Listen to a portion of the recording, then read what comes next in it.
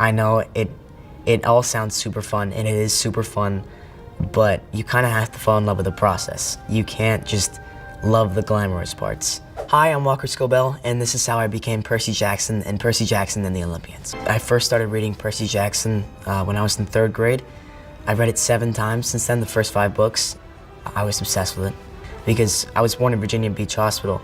There's a giant Poseidon statue, like near the beach, and I used to print out a picture and I'd bring it to school to show people and tell them, like, this is proof that I'm Percy Jackson.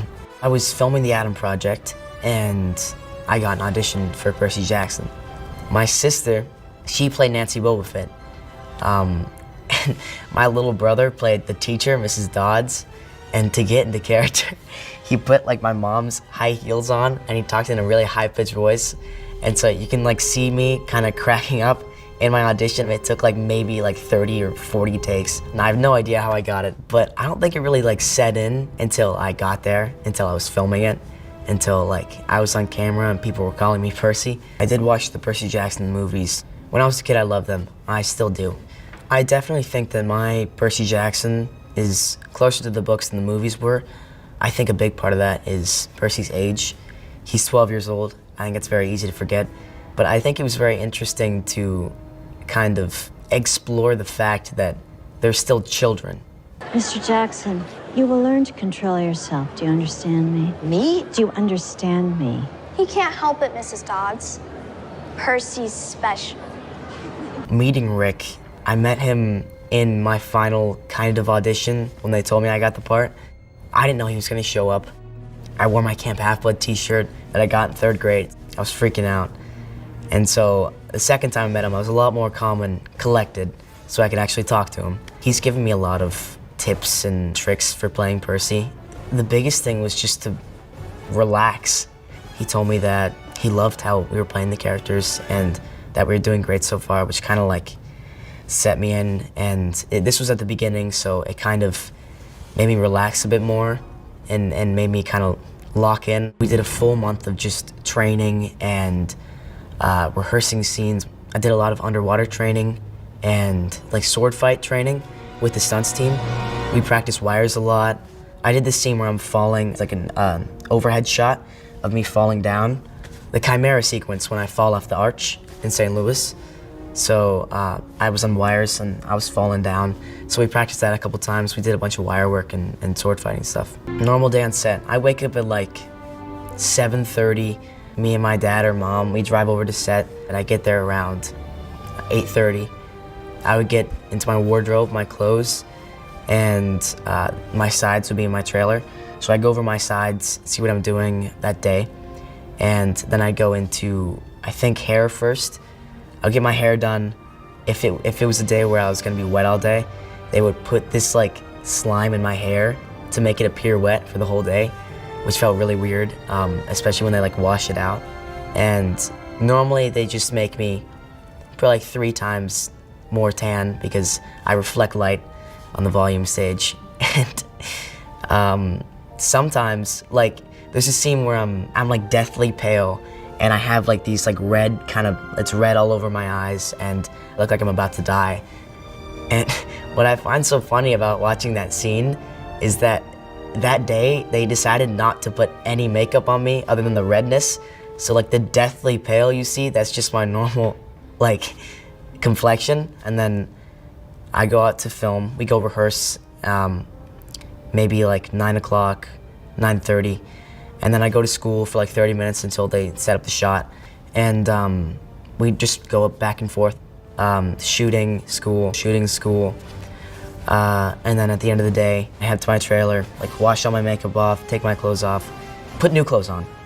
I don't just take them off. Yeah, and then I head home and go to bed or play video games. The first day on set, we were shooting at the Met on the volume stage. I keep saying I film all these weird places, but the whole time it's on the volume stage. Just the scene where it was me and Arian are talking. We do this bit where we both have sandwiches and I would take his meat off his sandwich and he would take my cheese. And that took like a week of training.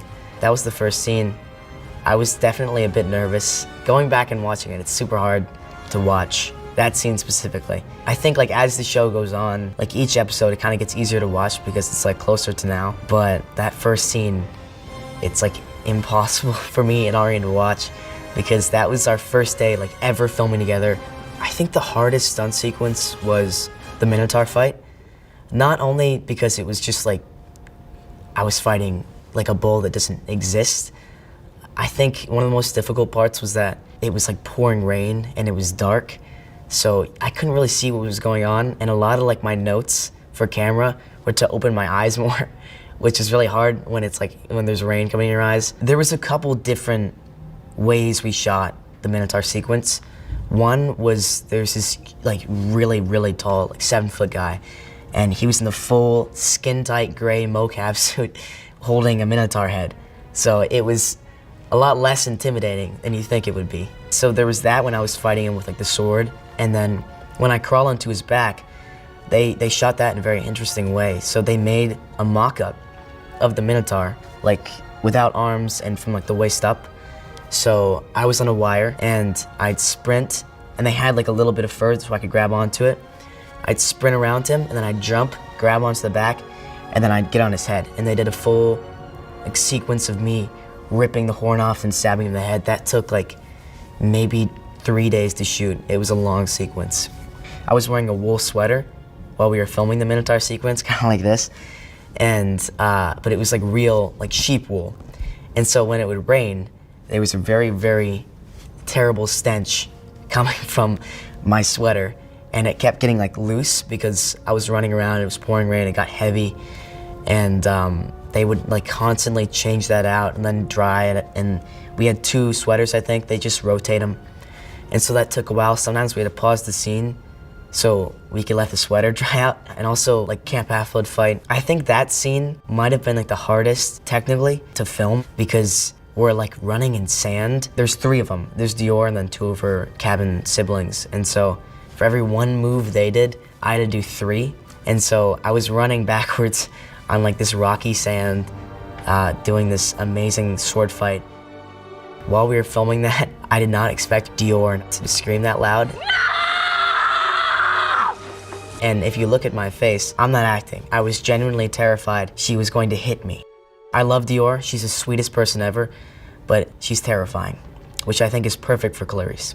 People listen closer when you talk. They work harder to be your friend. I've never had like an actual friend group that I've been super connected to until I found acting and I started Percy Jackson. And now I have like Leah and Charlie and Dior and Arian, of course. All these people that I feel